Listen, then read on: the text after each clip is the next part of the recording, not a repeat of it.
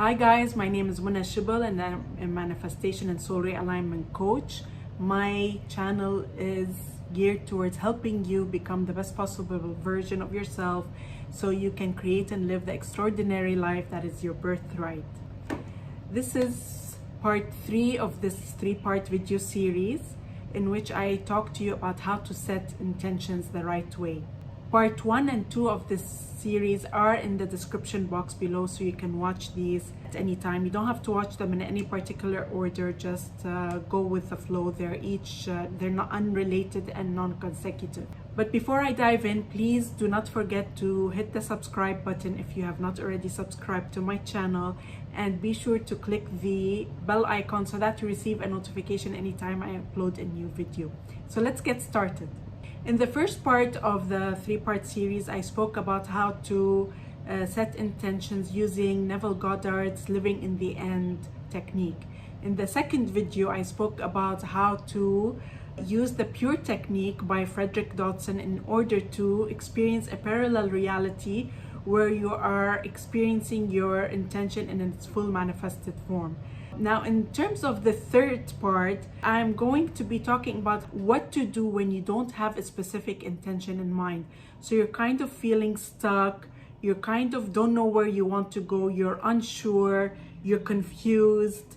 If you're someone who's really not clear about what you want and you have not been able to create an image of where you want to go, then this is the technique for you. So when it comes to this technique that I want to talk about, I highly recommend it because there's no resistance involved. When you focus on the essence of what you want, you allow the universe to bring you truly something that will help you get back on your path, which is very powerful. And this is exactly what happened to me.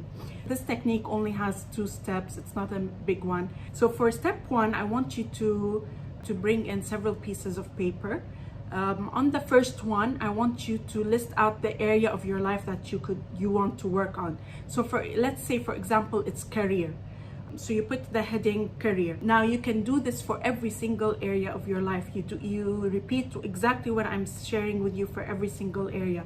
So you can have one for career, you can have one for finances, you can have one for romance, you can have one for family, you can have one for social life and friends, you can have one for fun and adventure, you can have this for physical fitness, for health and well-being, even for self-concept. I want you to actually create one for your own self-concept, which I can help you with.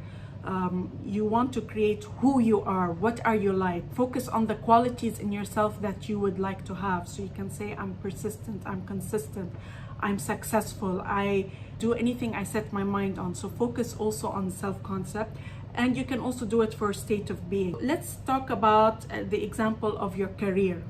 I want you, without activating your emotions, because of course sometimes your emotions will come out, but we don't want to dwell on that area. I want you to think about what you don't like about that area.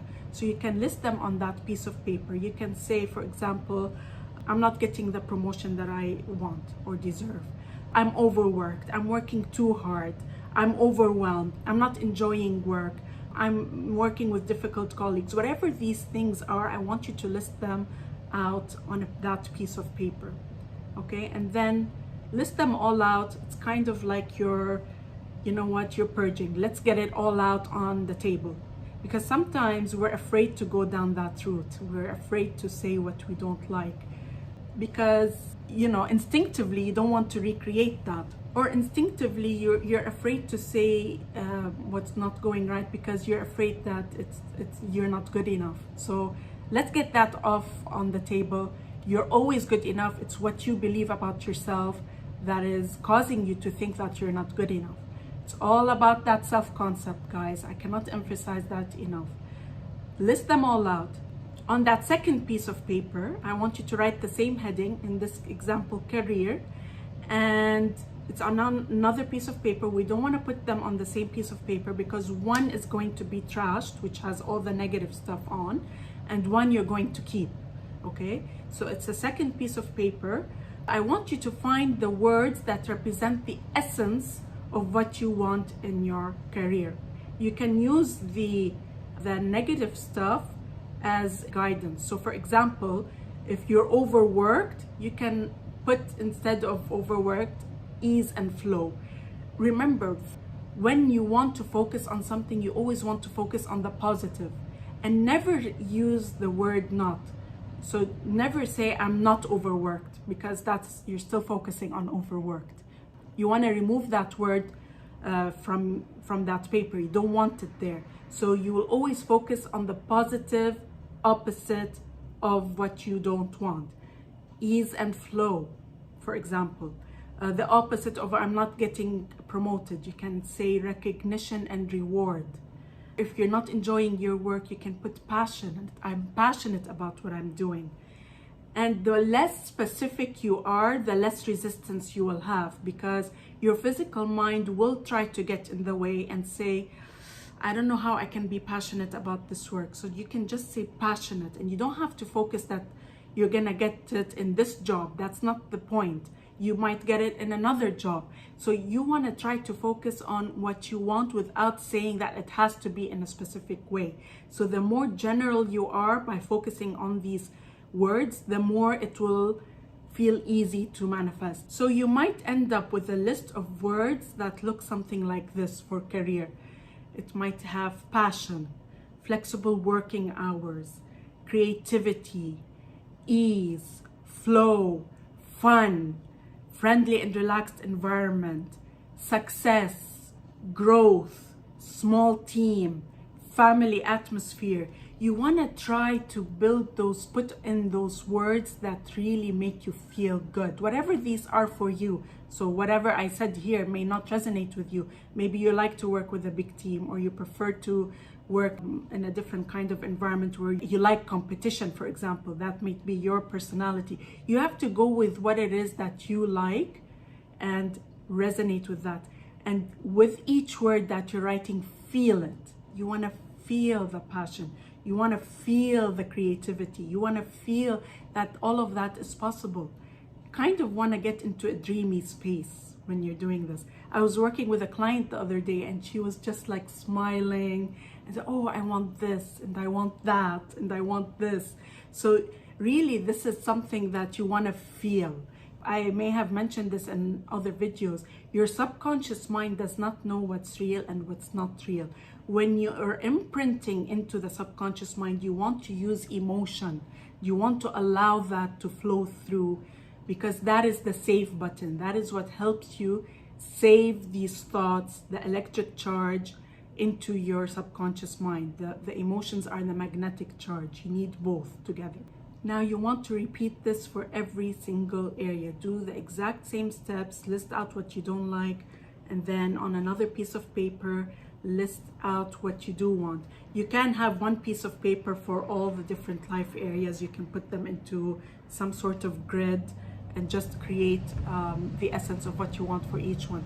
And then you want to keep that with you, because you will come back to that whenever you're feeling a bit out of alignment, just to remind you what it is that you had set an intention on. And then just go with the flow.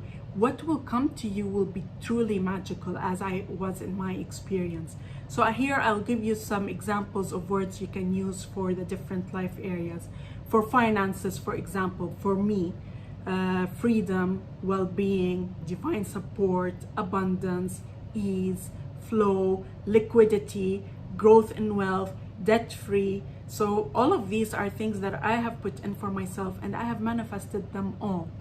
I cannot tell you, like, I don't have credit cards. I don't believe in credit. I don't like debt, to be honest. So I am debt-free. So I have created that for myself.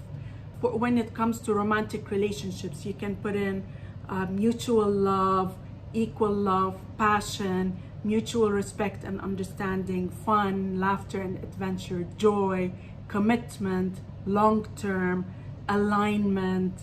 You want an aligned relationship, strong and equal, sensual and physical intimacy. So you want to try and list as much as possible the things that you want in that relationship. Again, here you're focusing on the essence of what that is. Family, you might put in quality time, fun and adventure, laughter, love, compassion, respect, ease and flow. Focus on the things that you want to experience with your family. Quality time, which is the first one actually that I mentioned. Physical body, you want to focus radiance, youthfulness, fit and toned, active, vibrant, radiant. All of that are examples of things you can put for your physical body. For your state of being, you want to be happy, joyful, fulfilled, relaxed, at ease, in flow, feeling good, graceful, empowered. All of these are words that you can use. This is open. You can choose the words that you want, but always focus on what you want. So don't focus on the opposite. Don't use any form of negative words in your wording. They're very important. Step 2 would be to save the paper with the positive words. Trash out the negative one. We don't want that. We only used it to create the opposite of that. And the key is not to dwell on what's not going well. So as you've imprinted these in your subconscious, assuming you have truly activated your emotions, if not, I can help you. You can schedule a session with me, a video session. The link is in the description box below. I can help you. I can really get you to feel the emotion of it, because it's really about bringing out the things that you truly want, and you may not always think of everything. So I will help you with that. So the key is to activate the emotions to make sure that it is imprinted in your subconscious mind. And once that is, you want to ignore your physical reality, because your physical reality at the moment, what you're seeing, is a manifestation of previous thoughts and previous state of being. It's old news. We want to forget about the physical reality. Do not dwell on what's not going right. Do not go back on that list and say, oh God, this list is still there. I still can't stand my colleagues, or I'm still overworked. That is old news. Let that go. You have imprinted something new. Focus on that. And know that with time, either you will get a whole new job, or things will start to change in your existing job. Exactly as it happened with me when I got that project, and then suddenly people started to move away and the team became smaller. So that is exactly how it will happen. Your reality must shift to reflect the new situation. The beauty of this technique is that it truly allows you to surrender and allow the universe to bring to you what you truly need in this moment, and it will be exactly what you need. If you've liked this video, then please hit the like button and comment and share. I would love to hear your feedback. And as I mentioned, I do offer email coaching and video coaching. The information is in the description box below. I will help you get a rock solid self-concept. I can help you create intentions in a way so that they imprint into your subconscious mind, so that they must manifest in your physical reality. And I will really help you through my own experiences to truly manifest in a very quick and magical way. I've also linked part 1 and part 2 in the description box below, so you can find them. Thank you for watching, and I will see you in the next video.